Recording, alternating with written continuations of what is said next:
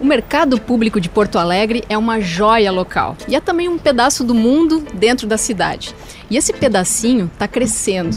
É cada vez maior o número de bancas tradicionais conquistando espaço fora do mercado, inclusive longe do Rio Grande do Sul, com novos produtos, novas ideias, sem jamais perder a identidade. Esse é o tema do Perimetral Podcast dessa semana. Hoje o Paulo Germano, PG, não está aqui, mas eu tenho um parceiro muito especial aqui que está me acompanhando hoje, que é o Guilherme Gonçalves, repórter de GZH e que manja tudo desse assunto, sabe tudo de mercado público. Guilherme, que prazer te ter aqui. Pô, que honra! É muito difícil saber tudo de mercado público. Ninguém sabe tudo. Ninguém sabe, mas é uma honra estar aqui no Perimetral, ainda mais para falar de um assunto tão especial que eu gosto tanto, falar de gente trabalhadora do mercado. E nossos convidados hoje aqui são de bancas de bastante destaque lá no mercado público. Bancas que atravessaram a fronteira do mercado público, hoje estão fora dele e se tornaram até indústrias, Ju.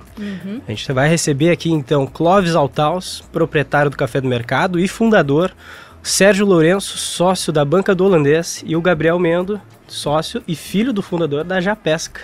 Ou seja, é só gente muito foda. Não posso falar essa palavra. Gente que manja do negócio. É, né? só craque. Só craque. São bancas tradicionais e que há muito já expandiram o seu alcance, né? Estão em todos os cantos aí. E aí, gente, o que a gente falou faz sentido? Totalmente. Quem é que começa contando um pouco? Querem falar um pouquinho do negócio de cada um de vocês e como é que começou? Acho que a gente podia começar assim, né, Guilherme? Seria legal ouvir a história de cada um. A gente poderia começar então por uma ordem. A Banca do Holandês é a mais antiga aqui da conversa, uma das mais antigas do mercado, de 1919. Depois ir por ordem, o Japesca vem na sequência e finalizar com o Clóvis, então, contando sobre a origem da banca. Fala aí, Sérgio, Legal. como é que é essa história aí? O Banca do Holandês é no papel de um levantamento histórico que a prefeitura fez lá em 96, quando foi reformado o mercado, em 1919. Isso é no papel. A Beth Breitman, que eu lembro que era coordenadora lembra dela, Gabriel? Coordenadora dos levantamentos históricos. E ela, Sérgio, 1919 a gente tem documento, mas é anterior a isso. Bah. É anterior a isso. E só que a gente, né, parece que eu tô lá, sei lá, 1 milhão de anos já, parece que passa muito rápido, muito rápido. E a Banca do Holandês em Porto Alegre foi o primeiro lugar, e talvez, e por consequência no estado, a vender produtos diferentes no sentido de sair, por quê? Pô, tu estando em Porto Alegre, tu na beira do cais, tu vai receber coisas da colônia, né? Nos primórdios lá, né? E o Dirk, que era o holandês fundador, pela facilidade da língua, proximidade do cais, os navios chegavam da Europa, principalmente, né? E ele comprava mercadorias, tipo muitos enlatados, etc e tal. E aí foi o primeiro lugar na cidade a ter produtos, porque tinha muito alemão, muito holandês também tinham bastante, muito italiano. E assim começou. E aí por isso, há muito tempo atrás, uma revista famosa aí que nos deu isso há muito tempo, que nos... primeira delicatesse de Porto Alegre. Sei lá, se é. Então é, mas a gente, sabe, ficou no DNA essa história de meio que inovar e... Pioneirismo. Sim, vocês têm, acho que 8 mil produtos de mais de 60 países. Mais. É uma coisa tem assim, mais, né? Tem mais, agora, né? a semana já está em mais de 9 mil. Mais de 9 mil produtos. Quantos países representados? 70? Só para ter uma ideia, no vinho, a gente tem cerca de 20 países. Bah, e aí fora o resto, né? Tudo que tem lá na banca. Tudo. É muita coisa. E a tua família está na Banca do Holandês desde os anos 70, né, Sérgio? Isso. E desde então, vocês tiveram a Banca do Holandês, a clássica, mas veio a adega do Holandês nos anos 2000. Sim. E aí só expandiu desde então, né? Foi daí que minha filha se formou, ela fez Direito, o Lô, meu filho, também fez administração. Foi quando eles entraram no negócio. A Adriana também, largou o consultório para Tua esposa? Minha esposa. Eu estava num momento assim, o Gabriel presenciou essa época do mercado efervescente, muita correria. Eu quero dar um furo aqui.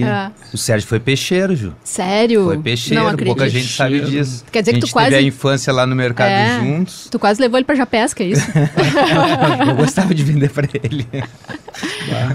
E o Sérgio tem uma coisa, Sérgio, eu acho que a tua família que te sacudiu aí, muito dessa inovação, dessa busca por novidades tem a ver com teus filhos, com a tua esposa, todo mundo ali, né?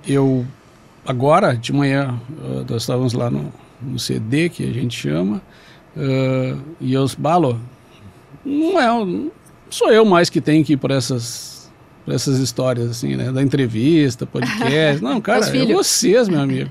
Quem está sabendo tudo são eles. Tá, então tá anotado aqui, a próxima vez a gente nem convida ele, mas vamos convidar direto os filhos, né? Aí, mas é isso, entendeu? Que já é a terceira geração chegando daí, né? Não. A Renata e o Lô estão na ponta. Eu tô correndo por fora. E na Japesca também tem essa coisa familiar? Como é que foi com vocês? Conta um pouquinho da história. Sim, o meu pai, João Lopes da Cunha, era pescador das ilhas aqui. Ah, tá. E o histórico é esse. Naquela época lá eles pescavam no Guaíba e no Jacuí ali. O único lugar de comércio de peixe fresco que existia era no mercado público. Naquela época tu diz o quê? Anos 50? Final dos anos 60, ali meio dos anos 60. Aprendi muito com Xinga. Então era engraçado porque não tinha muita tecnologia de refrigeração e gelo e tudo mais. Tu tinha um período ali das 7 da manhã às 9 da manhã para vender o peixe. Depois passava o fiscal da vigilância sanitária e cortava o rabo do peixe, que daí não podia mais comercializar, né? Então era um comércio rápido, né? Mas enfim, depois as coisas evoluíram e aí começaram a se formar as peixarias no mercado. Nisso ele estabeleceu ali inicialmente uma sociedade, que depois não deu muito certo, ele acabou indo para Rio Grande, dali acabou desenvolvendo a indústria e depois voltando para readquirir aquele ponto no mercado novamente, dessa peixaria, dessa sociedade anterior. Então agora já são quantos anos ali? No mercado desde 80. 1980. Mas essa peixaria dessa sociedade anterior, ela é antes dos anos 70, né, no caso. Eles voltam ao mercado já como Japesca. Nasce a Quando Japesca a gente como volta indústria. em 80, nasce como Japesca, mas o nome anterior era Cunha e Rocha, que era o nome do outro daquela sócio. primeira banca. Isso mesmo. E vocês têm, o ponto de vocês é em São Lourenço mesmo. A indústria fica em São Lourenço do Sul. Fica em São Lourenço. Isso. A famosa indústria que a gente vai falar daqui a pouquinho, porque aí a gente vai falar um pouco dessa... Teu pai nunca imaginou que poderia acontecer o que acabou acontecendo, de você estar vendendo peixe para tudo que é canto e ter essa indústria e tal. Será que ele imaginou? Ele vive ainda? Ele vive ainda. Então ele tá aí pra ver. Ele não tá isso. mais assim à frente dos negócios, né? Já tá mais afastado. Mas ele tá acompanhando. Esse ano a gente começou, inclusive, a exportar. Mas olha então... só. Ele come temaki? Quero saber. Ele come peixe diariamente, mas o temaki peixe cru, não. Não se adaptou muito, não. Para quem está nos ouvindo aí, vendo e não sabe o que é o temaki, é um cone, assim, feito de alga, vai um arroz de sushi dentro e peixe, né? Geralmente são cubinhos de salmão, depende aí do sabor que a pessoa pede. Sim. E a Japesca, além de tudo, tá também fazendo isso, né? Fazendo essa sushi, proposta do temaki, ela, obviamente, oriunda do Japão, e era bem uma ideia de comercializar tipo um fast food. Então a referência deles até era o McDonald's. Esses dias eu estava lendo sobre isso. E eles queriam fazer uma proposta de forma mais rápida, mais simples, né?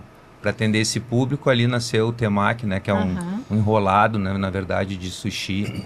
E aí depois ganhou o mundo e a gente veio com essa proposta de 2009 para cá. Esse ano completa 16 anos da... E teu pai nunca provou? Não, peixe cru, acho que ele nunca se animou. Muito bom, muito bom. E, Clóvis, como é que é a tua história? Bom, o café do mercado é um clássico, né? É um clássico. Não tem quem vai no mercado público, né, Guilherme? Não sei se tu é assim também. E não dê uma passadinha no café do mercado, no mínimo, para tomar um café expresso. O Clóvis sabe muito bem. A nossa relação já passou de jornalista e fonte. Eu já considero o Clóvis um amigo. Tô sempre tomando um café. Ali, o mais legal de tudo ali é tu entrar no mercado, porque o mercado tem aqueles cheiros, né? Então, o cheiro do peixe, cheiro não sei o quê. Aquele cheiro do café fresco ali naquele corredor. Exatamente. É inebriante. café e pão, né? Que a gente dá aquela última assada no pão, então, pô, cheiro de café e pão, né? Brincadeira. Tá, e a história do café também é assim, antiga? Como é que foi isso? Bom, primeiro, né, tô aqui do lado de 2 ícones do mercado, eu sou o caçula realmente aqui, né? A gente começou lá em 97. 97. Bom, mas também já vai bastante tempo aí, né? Sim, da minha vida vai grande parte, né? Já pegou um monte de coisa, ela pegou incêndio, pegou enchente. Exatamente, ó. E realmente me inspiro neles, né? Essa história da sucessão aqui do holandês é muito legal de assistir. A Renata e o Lourenço são... Tu vê que são pessoas, como o Guilherme falou, né? Trabalhadores, né? Então, assim, é muito legal ainda mais no momento que a gente vive da humanidade, onde é tão difícil criar pessoas, assim, focadas na coisa que realmente vai levar para frente, né? Mas, eu sou formado em administração. Já tinha me formado, morava na Califórnia lá, fazendo aquele ano sabático, né? Meio sabático, meio vagabundático, vamos dizer assim. Vagabundático. Mas porque eu trabalhava na Gerdau antes de viajar e eu vi que aquilo não era para mim, né? Aquele passar o dia fechado dentro de um ambiente assim que eu queria. Então lá a gente viu esse surgimento das primeiras redes de cafés de alta qualidade, teve essa ideia, teve essa inspiração assim. E quando voltamos, eu e meu irmão, né, Felipe, a gente teve essa oportunidade no mercado público, lá o mercado estava reabrindo, né? O mercado tem esse outro marco, né? A gente fala muito do incêndio, fala da enchente, mas teve esse marco da reforma do mercado. É verdade, a grande reforma que foi, que transformou completamente Exatamente. O mercado. E que paralisou os negócios, né? Vocês podem falar melhor do que eu, mas aquilo ali paralisou os negócios. Eu me lembro quando a gente começou em 97, naquela banquinha, que na verdade era 1/3 do lixo orgânico do mercado público. A banca que a gente tem hoje é isso, né? 1/3 do lixo orgânico. Ninguém passava naquele corredor, né? Do nosso lado estavam provisoriamente alguns dos pessoal de hortifruti ali, então eu brinco que rolavam tomates pelo corredor, assim, rolava mesmo, né? Tem muitas histórias engraçadas ali. E a gente tinha que gritar para alguém que passava lá no eixo central, na cruz, como a gente fala, para entrar naquele corredor escuro ali, né? Então demorou muito tempo para aquilo ali voltar a ser interessante, né? A nossa empresa demorou muito tempo para vingar. Isso é muito interessante que ele está falando, porque na verdade o mercado antes da reforma, ele só funcionava os corredores da cruz. Uhum. E isso começou essa mudança a partir do Corredores da Cruz que tu diz, sabia isso, a Cruz Central. É o centro ali, com aquelas bancas que ainda eram bem rudimentares, assim, né? Até bicho vendia ali, né?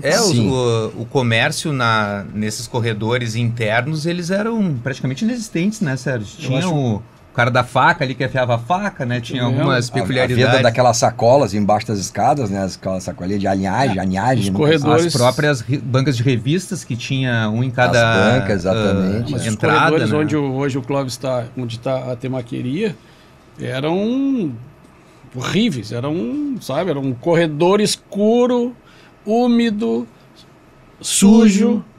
E depois da reforma isso mudou pra caramba. Eu acho que isso foi... A gente hoje... Foi um marco mesmo. Mas quem puxou... Eu admiro o Gabriel pra caramba, o pai dele muito mais.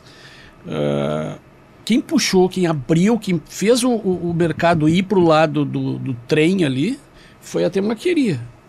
Foi que abriu aquele corredor. Parece que deu luz, entendeu? Porque ele inovou no mercado, achou uma atividade que não tinha. E começou a puxar para lá. Na sequência veio o Clóvis num outro corredor. Uhum. Foi que começou a povoar. Mas a temaqueria... Sim, era na esquina. Era a peixaria. A temaqueria nessa época? Não, a temaqueria é de 2009. Mas bem mais recente. Mas quem povoou aquele lado ali... Lembra, Gabriel? Quando mesmo vocês eram peixaria ali, né? Aquilo ali era mortão, assim. Ô Clóvis, e se eu não estou enganada, nessa época, tomar café ainda era uma coisa meio assim, café passado, né? As pessoas tomavam, as pessoas não conheciam muito ainda esse mundo incrível do café. A gente vendia café a 70 centavos, estava comentando, né? O expresso era 70 centavos e na volta se vendia o cafezinho passadinho, esse, pequenininho, a 20 centavos.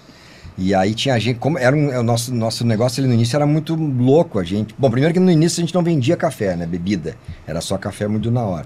Mas quando começamos a vender bebida, café, não precisava pagar antes. E tinha gente que tomava e quando via o preço, um cara tirou a xícara na minha cara uma vez. Sério? Mas uma semana depois ele voltou, né? Porque o café era bom. Constrangido, mas vem mais um desses aí, daqueles, né? Realmente foi um desafio. Então, assim, a gente começou, né? Naquela batalha por aquele corredor ali, né? E já começaram como indústria ou vocês só moíam o grão ali na banca? A ideia sempre foi ter indústria, né? Mas inicialmente não. Inicialmente a gente se apoiava. Eu tinha ouvido falar de um senhor que torrava café em Torres. Eu já tinha ideia da alta qualidade, das torras mais assertivas, aquela coisa diferente de café do que acontecia no Brasil, né? E até no mundo, na verdade. Então tinha o famoso Seu Paulinho, do Café Rosendo em Torres. Né? Então, assim, durante 2, 3 meses nós torramos café em Arroio dos Ratos, primeiro lugar que a gente achou para torrar café. A gente comprava café, guardava as sacas numa sala em anexo da casa da minha avó. Eu construí um estrado de madeira lá, eu guardava as sacas ali, botava numa Kombi e até Arroio dos Ratos torrar. E logo em seguida fomos atrás do Seu Paulinho, então, né? Lá em Torres, que era o cara que torrava café mais claro, já tinha um pouco mais de... Então passamos um bom tempo indo até lá, né? A gente foi comprar o nosso próprio torrador em 2001, né? Quando a gente começou a torrar nós mesmos o café, né? Tá, e vamos traduzir para quem está nos vendo e ouvindo, assim, esse negócio de indústria. O que quer dizer isso? Vocês têm lá a banca de vocês, e aí, o que foi acontecendo? Acho que quem começou como indústria, então, o Gabriel, né? A indústria, ela nasceu como um entreposto para o comércio, principalmente por ser a GESP de São Paulo. Então, comprava o peixe em Rio Grande, fazia classificação e mandava para São Paulo. E aí, nisso está chegando a tecnologia, já estamos construindo a fábrica de gelo, então começa a tu tentar dar vida útil para aquele agregar produto. Valor. Né? Tu não pode mais viver de uma venda de peixe até as 9 da manhã, que nem era antigamente, né? E vem essa tecnologia de frio e tudo mais. Aí nasce a estrutura da fábrica de gelo. E a partir dali a gente já começa também a congelar peixe. E aí buscar outros mercados. Acabou que isso agregava para a peixaria, porque te dava a possibilidade de ter alguns produtos fora de época, né? Que só era possível com peixe congelado, né? E hoje vocês têm quantos tipos de produto e que tipos que vocês vendem? São muitos produtos, porque tem toda a linha de filés de peixe, né? Variado. E peixe de tudo que é tipo. Tudo que é tipo, inclusive importado, coisa que também não existia naquela época, né? O mercado era só interno, depois se abriu o mercado, hoje... Né, primeiro só tinha tainha, assim. Tainha, o polo pesqueiro, o principal polo pesqueiro do Brasil é Rio Grande. Rio Grande, Itajaí e algumas outras regiões, mas a grande concentração de peixe é em Rio Grande. Então essa saída, naquela época, do meu pai do mercado público ir até Rio Grande, abriu um horizonte no qual a gente não estava acostumado também, porque a verdade é que tu trabalhava com peixe só daqui, né, da região. Grande em quantidade ou em variedade? Disponibilidade, né, variedade de peixes, né, que Rio Grande oferece, né, então lá entra atum, entra brote, entra pescado, entra curvina, quer dizer, entra peixe de tudo que é espécie. Por exemplo, eu frequento muito Garopaba, é a coisa mais frustrante comprar peixe em Garopaba. Simplesmente não tem variedade, né? Tem dois ou três. Incrível, assim, vai na chegada dos barcos de manhã. Já me deu trabalho, tá lá 7 da manhã, cara, olho de boi, entendeu? Pô, é frustrante, né? É completamente artesanal. O negócio é o seguinte, tu tem que ir na Japesca. Não, com certeza, não tem dúvida. A gente vê que é muito artesanal o que vocês fazem. São grandes empresas, mas a gente vê o Cláudio falando, guardava as sacas na casa da minha avó, levava para Torres. E vocês mantiveram essa essência até hoje. Eu visitei já o CD é Centro de Distribuição, né? Que a gente usa muito no varejo. o Centro de Distribuição da Banca do Holandês, no Quarto Distrito. Estive lá. Deve ser um paraíso, né? Olha, é impressionante. E a gente vê que ainda é muito artesanal, apesar da empresa ter crescido tanto. Tem uma cozinheira mexendo a panela. Queria ouvir de ti agora, Sérgio, quando que vocês tiveram esse estalo para começar a vender produtos de marca própria? Bom, na realidade, primeiro a gente comprou um terreno, construiu lá, hoje a gente tem mais de 2.000 metros de área para fazer. A gente precisava de um back office legal, assim, sabe? A gente precisava de uma coisa. E aí construímos e depois como é que veio começar a industrializar, entre aspas, e fazer o B2B. Foi produtos que a gente trabalhava, que fazia muito bem, que sempre fez. Redes, inclusive, vieram para grandes redes e para a gente começar a vender para eles. E aí tudo começou. E aí onde deu o start de verdade, assim, onde realmente a gente começou a meio que profissionalizar a coisa, a nível de assessoria e etc e tal, foi com a entrada da Renata e do Lô. Dos teus filhos? Dos meus filhos, que entraram e aí assumiram. Hoje trabalham muito mais que eu, sem dúvida. Para traduzir isso para as pessoas, vocês passaram a oferecer produtos como, sei lá, o bacalhau às natas. Isso é clássico. Produtos Sérgio... prontos, eu já provei, bom demais. Mas, Ju, essa tem uma história boa para contar, né? A minha namorada, Marisa, que hoje trabalha aqui na rádio, era vegetariana há 10 anos. E aí o Sérgio me disse, prova aí o bacalhau às natas. Prova aí, me deu o bacalhau às natas. Eu assei lá em casa para comer com a minha família. A Maria chegou, cheirou assim o bacalhau.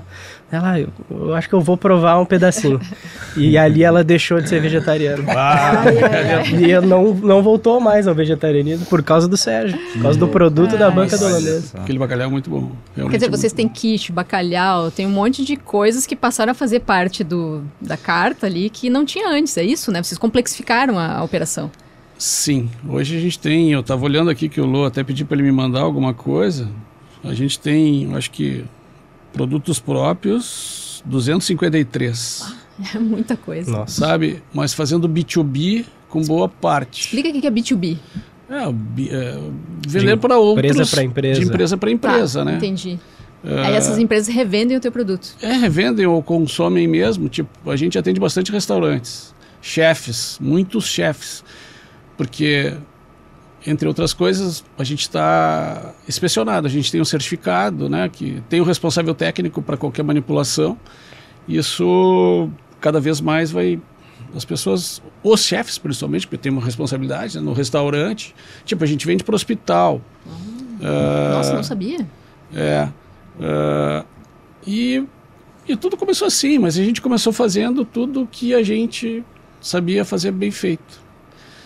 E foi, aí pintou outras possibilidades. Agora a gente também até está para lançar nessa viagem para a feira lá que eu fui. Teve um monte de ideia. O Sérgio estava na Espanha agora há pouco tempo, passou por Madrid, Valência, um monte de cidades lá para visitar mercados públicos. Sim, eu ia a 8, acabei indo a 6. 6 mercados públicos, quer dizer que vem um monte de ideia por aí, é isso? É incrível, falando em mercado, como as coisas, os mercados com essência de mercado, porque tem mercado, tipo São Miguel em Madrid, que é famoso, mas virou turismo, é um ponto turístico, né? Deixou de ser aquela coisa que tu vai lá para ver o que o povo de lá come, como é que o povo se veste, como é que o povo... Mas é incrível como não existe essa ligação, assim, essa entre um e outro, e como as coisas naturalmente acontecem muito parecidas. Tipo, vamos dar um exemplo. Ninguém nos ensinou a maneira de cortar bacalhau. Vou pegar que a gente estava falando de bacalhau. E tu vai lá, tu vê vários caras, os caras fazem a mesma coisa que nós, como? Sabe? Nunca houve uma interação entre as partes.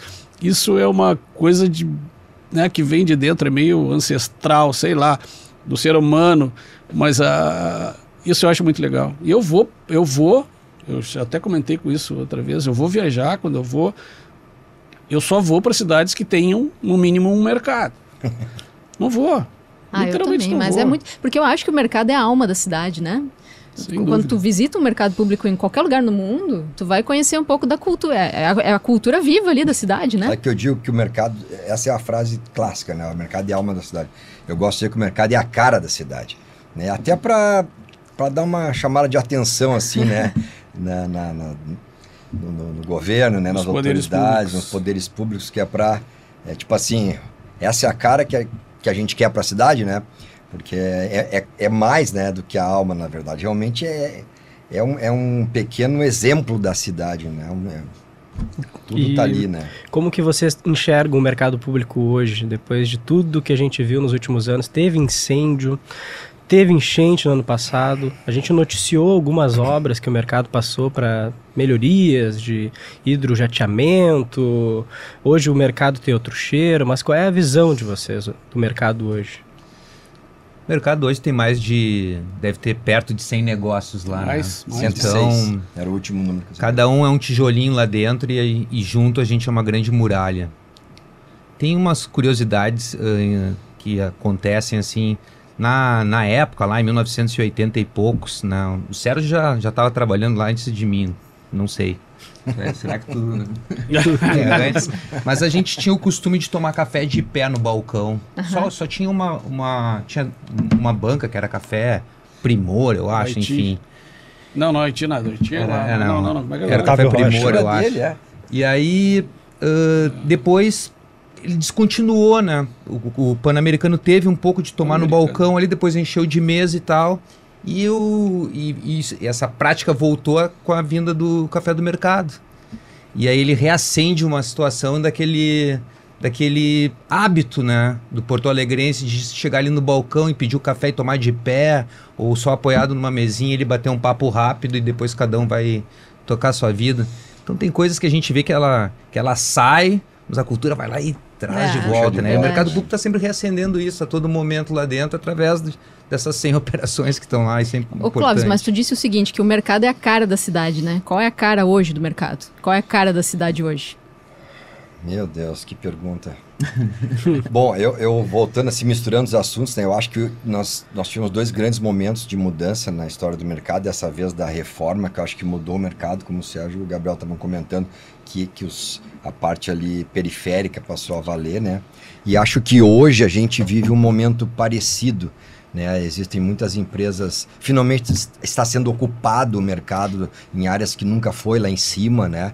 Tem empresas boas chegando, algumas empresas já chegaram, né? O pessoal do Walking Thai Food inaugurou semana passada com um sucesso incrível, assim, né? Bombou no primeiro dia. Então tem um movimento, está acontecendo o que nós aqui sempre soubemos, que o mercado iria na direção de gastronomia, né? Antigamente existiam muitos negócios diferentes, né? Que fazem parte e tá tudo bem, mas o que aconteceu no mundo inteiro, esses mercados que nós visitamos sempre, eu também adoro visitar mercados mundo afora, né? Todos eles são gastronomia, né? Seja vendendo produtos para gastronomia, seja servindo, né? E sem excluir ninguém, mas cada vez estando apto para receber pessoas com mais exigência, né? Acho que está acontecendo no mercado, a gente percebe isso, né? Claro que existem muitas coisas ainda a serem melhoradas no mercado, até em função de ser gastronomia, ainda precisamos melhorar o ambiente do mercado, né? É uma coisa que está acontecendo. Então... tu sabe que o Sérgio já comentou várias vezes comigo isso, porque ele tem umas ideias aí que tá meio difícil de aplicar. Uma delas é botar banquetas lá no balcão da banca do holandês, para que as pessoas possam sentar lá e comer o seu presunto fatiado na hora, com pão quentinho, que seja montado na hora, tomar um vinho, pegar uma tacinha. O mundo inteiro é assim. Por que a gente não consegue ter isso no mercado? Vocês que são inovadores, que estão fazendo essas indústrias acontecer, que estão levando a marca de vocês para além das paredes do mercado público e estão levando consigo também o Rio Grande, né, e Porto Alegre. Por que a gente não consegue ter isso no mercado? Bom, tu sabe que o secretário anterior de patrimônio, o André Barbosa, conversando com ele, explicando. Eu vou viajar e vá mandando foto para eles. Deve ser um inferno. Eu mando foto para eles. E os caras, mas e ficam me perguntando coisas. E ele uns 2 anos atrás, eu acho, eu falei dessa ideia da gente botar as mesinhas. Pode fazer que eu aguento. Pode falar bem assim, né? Então deixa para mim. Pode fazer. Mas aí, fazendo 1 milhão de coisas ao mesmo tempo, a gente acabou não fazendo. Mas já se deu um passo, entendeu? E a gente vem conversando junto com a associação, junto com o presidente, lá com o Rafael. Cara, o mercado, isso eu tenho consciência há muito tempo, vai se tornar, assim como no mundo, vai acabar o comércio praticamente, vai ficar, só sobraram especialistas de verdade. E o resto tudo é restaurante, é bar, etc. Agora em Madrid, no mercado Mercado Vitória, porque ele está na Avenida Vitória, que era da Vitória, não sei do que lá. Cara, muito show. As mesinhas, as bancas que eram bancas, tem lá 1, 2, 3. Cara, mas as mesinhas e tu tá comendo, tu vai lá, pede uma copa de vinho com um baguete e um parma dentro, um Ramon, né, na Espanha. Cara, por que não acontece, que tu perguntou? Puxa, aí é o que eu falo. Tá muito ligado ao tipo de cidade, né? Se a gente fosse para esse caminho, será que seria viável no mercado, né? Tu depender apenas desse momento do almoço ali, do petisco, coisa Porto Alegre tal, não estaria né? preparada? É que Porto Alegre tem um outro perfil, acho. O nosso turismo aqui, acho que é menos relevante do que nesses lugares, né? Então, eu não sei, esses lugares dependem muito de turismo. Em Florianópolis existia um negócio chamado Box 32, que era um fenômeno.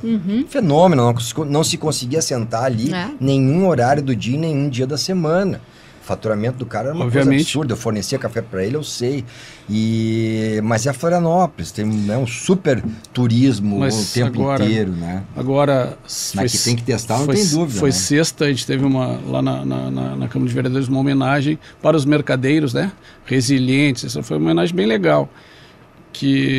Onde um secretário adjunto lá, não sei se é secretário adjunto, não, ou vice-secretário, não sei como é que chama,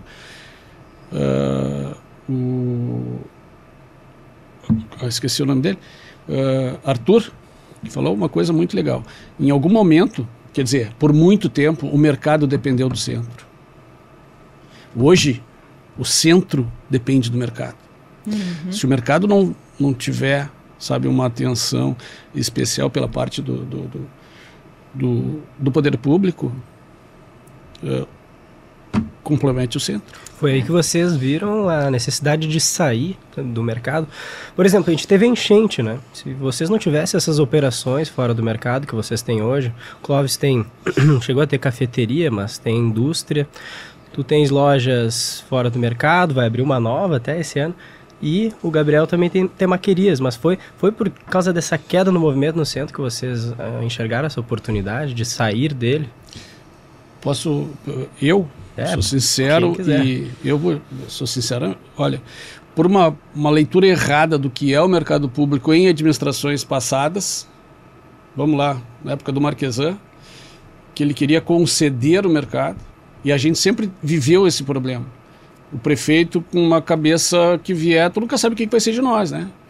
E isso, não dá mais. E aí o Marquesan vem com aquele conceito de que ia transformar, shopinizar o mercado, sem entender como funciona o mercado. Porque antes de tu fazer isso, primeiro tu tinha que entender a fundo, né? E ele ia quebrar o mercado. Se fizesse ia quebrar, ia acabar o mercado. Ia shopinizar, literalmente. Esse foi para nós, eu agradeço a ele. Agradeço hoje, nosso percentual de faturamento no mercado é muito menor que fora. Eu agradeço a administração. Foi ali que tu quis abrir uma loja fora. Foi ali que a gente, não dá mais, realmente. A gente sempre quis, sempre teve proposta, mas nunca. Aí foi quando, agora vai ter que ser, né, cara? Aí foi quando a gente foi. Desde então o centro passou por muitas transformações, né? É pela incerteza, né? Pois é. E tem uma coisa que eu às vezes ouço as pessoas dizerem, não, mas não pode mudar porque vai gourmetizar o mercado. Não quero esse negócio de mesinha com balcão, né? Banquetinha no balcão lá da banca do holandês, porque vai ficar gourmet, vai ficar caro, vai ficar, sei lá, vai perder a identidade. O que vocês acham disso? Eu acho isso uma bobagem, sinceramente. Esses tempos até tive uma discussão, assim, a pessoa dizendo, a gente tem que melhorar limpeza, organização, a gente tem que melhorar, né, deixar o lugar mais... Aí a pessoa diz para mim, mas tu tá elitizando o mercado. Eu digo, não, mas então, só um pouquinho. Só quem gosta de limpeza e organização é alto poder aquisitivo. Acho que todo mundo gosta, inclusive tem pessoas de alto poder aquisitivo que não gostam, não se importam, e do contrário também, pessoas com pouco poder aquisitivo querem organização, limpeza, né? Acho que não tem nada a ver. O termo gourmetizar, ele é perigoso, né? O tal do raio gourmetizador, né? Realmente é um termo até certo ponto vago, né? Mas, assim, deixar um mercado apto a receber todos os públicos, né? É uma característica do mercado público, Sem né? perder a característica, obviamente, sem perder o que é a característica do mercado. Até tem uma história legal agora que eu lembrei sobre a nossa nova marca, né? Um super conta. estudo que a Valkyria fez. Quer que eu fale agora? Fala, sei lá. Bom, a gente... É interessante isso. Nosso plano, voltando para a tua pergunta, sempre foi ter uma indústria e estender o que a gente estava fazendo. O que a Café do Mercado fez ali no início, além do Café Muito na Hora para o B2C, né, para o Business to Consumer, e para o B2B, que é Business to Business. Então tinha o Café Muito na Hora para o consumidor final, e a gente sempre quis desenvolver expresso, né? O expresso estava surgindo no mundo e no Brasil com muita força. Então e o expresso era, então, fornecer para terceiros, né? Me perdi agora. Tu ia falar da nova marca. Ah, bom, aí, então a gente, nessa parte de fornecimento, né, do venda corporativa, indústria, coisa e tal, a gente sempre teve aquela dúvida, será que é legal se associar ao mercado público no sentido de, será que não restringe muito, né, uma coisa muito local? Sim, tu botar o nome de café do mercado. Tipo, será que a gente quer que as pessoas entendam que a gente é lá do mercado público, porque não vai restringir, né, atrapalhar essa expansão no sentido de... Pelo contrário, eu acho. A gente sempre continuamos com essa ideia, nós temos muito orgulho disso, né? E claro, café do mercado pode ser de vários mercados, nem todo mundo entende que é do mercado público, né? Mas o ano passado a gente contratou a Valkyria, numa super agência nossa aí, para desenvolver a nossa nova marca. E eles fizeram um estudo, cara, um estudo maravilhoso, assim. Não sei se eu já te mandei isso, Guilherme, mas vou te mandar. Amplo, né? Aquela pesquisa de empresa de qualidade mesmo, para decidir, então, qual é a nova marca da Café do Mercado. E na primeira reunião eles já vieram, olha assim, ó, eu nem abordei esse assunto com eles, veio naturalmente, né? Vocês precisam continuar totalmente associados ao mercado público, ao de Porto Alegre. Isso entrega essa confiança, essa credibilidade, né? Essa coisa do atendimento, muito mais importante do que uma eventual compreensão de tamanho, né? Em função de estar ligado ao mercado público, né? Então foi uma confirmação de tudo que a gente sempre... Curioso, né? Pra tu ver a força que tem legal. Esse lugar, né? E a partir daí saiu usando como referência mercados públicos do mundo, né? Coincidentemente chegou no Borough Market de Londres, que é um dos meus favoritos, e a nossa marca então teve essa inspiração, a nossa nova marca, né? Marcas de mercados públicos. Que interessante, né? Agora tu vê, sobre esse negócio de inovar e tal, lá em 97, 99, sei lá, quando é que foi a inauguração dessa reforma ampla que se fez 96. na época? 96 para 97. Eu estava começando na profissão, eu me formei em 99, acho, foi. E aí eu já estava fazendo uns trabalhos para Zero Hora na época, incomodando aqui os editores, pedindo para escrever, não sei o quê. Aí vai lá no mercado, então faz uma reportagem lá sobre esse negócio. Daí fui. E foi a minha primeira grande matéria, que não foi assinada, porque eu não era formada ainda. Aqui no Grupo RBS a gente valoriza jornalistas com diploma e tal. Eu não era formada. Mas eu me lembro, gente, que naquela época eu vi um monte de gente no mercado lá. Não sei se eu vi vocês, não lembro. Mas eu vi um monte de gente e tava todo mundo contra a tal da mudança, porque diziam que ia mudar muito a cara do mercado. Que aquelas escadas rolantes, não sei o quê... E depois se mostrou um sucesso, né? Será que agora não é isso também? Não é? Porque toda mudança não gera essa... Desconforto. O ser humano tem uma característica, uma resistência a mudar, né? Será que não é isso? Será que não tem que alguém puxar essa frente aí e fazer? Mas o que aconteceu lá na época, em 96, começou muito antes disso, todo o projeto. Foi uma equipe multidisciplinar, né, envolvida no processo. O que é mal comunicado, né, Gabriel? Sabe, era tudo meio... Ninguém sabe, fica todo mundo tremendo, assim, tremendo. Sim, ninguém sabia o que ia acontecer. E acho que naquela época a maior polêmica, ela se dava também pela troca de lugar. O Sérgio me contou. A gente estava lá no meio do corredor do mercado e de repente a nossa nova denominação seria num corredor e a gente sabia que não passava ninguém. O Sérgio contou que esqueceram de um mercadeiro até naquela época. Sim. Teu lugar a gente não sabe onde de um ponto comercial, de certa forma, muito favorável e tu ir para um corredor sem... Isso aconteceu com vocês? Sem circulação. Sim. Com o Gabriel. Então isso aí gerou um trauma lá, daria para dizer na época, né? Pra tu ver, né? Mas vocês conseguiram superar e hoje... A Japesca é uma das peixarias mais confiáveis ali, né? mais... O pessoal vai direto na Japesca. Já vai direto naquele ponto que fica de frente pro Guaíba, né? Hoje daí o pessoal se acostuma com a nova localização, né? Enfim, ganhar esses outros comércios aí. Por isso que o mercado ele tem um pouco dessa força, um precisa da força do outro, né? A gente tem que estar sempre de olho nisso, porque é muito importante que os negócios lá andem bem, porque isso aí acaba nos fortalecendo também. E um é importante para o outro, né? Porque chama público, né? Com certeza. E a gente não pode mais ficar esperando o cliente vir até nós, né? Acho que essa é a principal tendência. Tu tem que ir atrás do cliente. E o bairro está se consolidando. Então, a partir daí, né, a ideia de ter ido para uma indústria, e eu acho que não é diferente deles, é porque daí ele foi lá e botou dentro do mercado, do mercadinho, né, de atuar no varejo e de ir atrás do cliente onde ele está. E não ficar esperando que ele, enfim, consiga ir até o mercado público, consiga estacionar, consiga, né, transitar por lá. E às vezes durante a semana é difícil isso. Então, fim de semana ainda a gente nota que é o melhor movimento, né, de maior público dentro do mercado público por essa facilidade. Agora, a tendência é essa, né? Do jeito que a concorrência está, todo mundo está tentando chegar mais perto do cliente para estar lembrado ali. Mas, Jô, e ir atrás dessa conversando com o Paulo, que é sócio do Gabriel, há muito tempo eu lembro disso. Com ele também junto, e os caras. Aquela falando, vai te aposentar, não vai te aposentar, quando vai se aposentar? E eu, sabe, quando eu vou me aposentar, tu vai te aposentar, quando tu arrumar um sucessor para tua atividade, se tu quiser que eles toquem, né, o teu negócio. Eu já fui.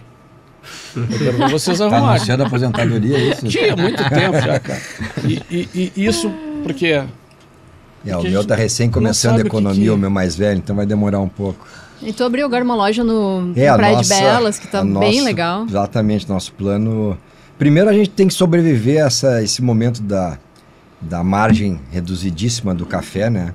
Estamos vendendo café a preços constrangedores e ganhando quase nada. Essa é a realidade hoje do nosso segmento. Então, saindo da enchente, ainda se recuperando da pandemia, né? Aí vem que a nossa margem fez assim, desapareceu, né? Mas acho que agora parou de subir pelo menos e esperamos que nos próximos meses a gente... Não, baixou, mas para nós não chega isso, né? Isso baixa na bolsa futura até de Londres, até chegar na gente é muito tempo, né? E nunca mais vai voltar àquele patamar, né? Mas a gente, né, da direção do Gabriel tá falando, a indústria se aproximando do consumidor final, a loja do Praia de Belas é exatamente isso, né? É um movimento natural das indústrias no mundo fora, até foi assim que eu informei ao nosso mercado, né? Porque se causou alguma dúvida ali em relação... Porque a gente tem clientes, né? A gente atende 2.000 clientes no Brasil. Então, tudo isso, é? E mais uns 300 no Uruguai. Levamos o mercado público para o Uruguai, né? Que beleza, hein? Então ali é assim que a gente comunicou, né? Um movimento natural de aproximação com o nosso cliente, para poder falar direto com ele, né? E fortalecer, de certa forma, a nossa cadeia também, porque a nossa loja do mercado público, ela é o nosso laboratório, né? A gente está ali desenvolvendo técnicas, produtos para estender a todos esses clientes, né? Então esse é o nosso plano, né? Já existem sempre conversas, assim como o Sérgio falou, sempre fomos muito procurados por franquias, que é uma coisa que a gente não pretende fazer, né? Pelo menos agora, e com certeza não com a marca Café do Mercado, mas talvez saia alguma outra loja. Claro que tem que ser lojas muito importantes, nós não vamos abrir qualquer loja, porque aí conflitar com esse fornecimento que a gente tem para os nossos clientes muito importantes, que é o core da empresa, né? Tem que ser realmente uma cafeteria que faça sentido, né? Tá certo. Eu já tô morrendo de vontade de tomar um café, passar lá na banca do holandês, pegar um docinho, alguma coisa, depois pegar o camarão para fazer à noite uma massa com camarão, assim, é bom, né? O que tu acha? Verdade. Aí já pega, o que dá pra comprar lá no holandês? A massa? A massa comprar lá, pronto. Gente, muito obrigada. A gente ama o mercado público, eu falo pelo Guilherme também, porque eu sei que ele também pensa isso, e a gente torce muito para que o mercado consiga superar todas as dificuldades e ser ainda melhor, porque é isso, né? E talvez o segredo do sucesso de vocês seja esse também, vocês carregam essa marca. que é uma baita marca, muito forte, e que tem uma coisa afetiva muito forte. Acho que esse que é o grande lance, né? A gente tem o mercado público quase como uma extensão de casa, assim, e quem não tem que vá lá conhecer e visitar, porque é Porto Alegre, né? Sabe, Jô, só para... Não sei se posso ainda. Pode. Mas, tu pode tudo aqui. Essa colocação vindo do secretário lá, do secretário adjunto, dessa reunião que teve sexta, eu achei muito interessante. O mercado precisava do centro. Hoje o centro precisa do mercado. E vindo essa posição do poder público, isso nos dá esperança, né? Não foi a tua matéria hoje que tu falou sobre o centro? Falei. Né? Com o Festival Fronteiras, que foi ali, incrível. Né? O nosso centro histórico tem um potencial reprimido tão grande. O centro ele foi degradando ao longo dos anos, meio que junto com o Brasil, assim, e é uma tristeza, realmente, né? A gente vê espaços que poderiam ser super ocupados, né? Mas acho que a gente ainda tem como reverter. Eu acho que isso é um movimento também mundial que está acontecendo, esse retorno para o centro, sabe? E a gente não vai escapar disso, a gente está nisso. Acho que a gente está dentro desse movimento. E eu sei que o mercado também tem um plano aí de pintar, né, reformar, pintar por fora, por dentro. Eu estava falando esses dias com a Carol. Tem várias coisas planejadas nos próximos tomara momentos. Que isso avance, aí, né? Com certeza. Porque isso também é importante, né? O visual e tal, a cara da cidade também é importante. Mas, enfim, a gente está muito feliz de ter recebido vocês aqui, né, Guilherme? Com certeza. Sou fã de vocês. Acho que o mercado público rende outros podcasts. Dá para falar um monte de coisa, né? Tem os restaurantes abrindo no segundo piso. Mas um dia a gente grava algo lá no mercado público com eles, uma boa ideia, sabe, né? Aí sim. Então tá, gente, muito obrigado e até a próxima. Beijo.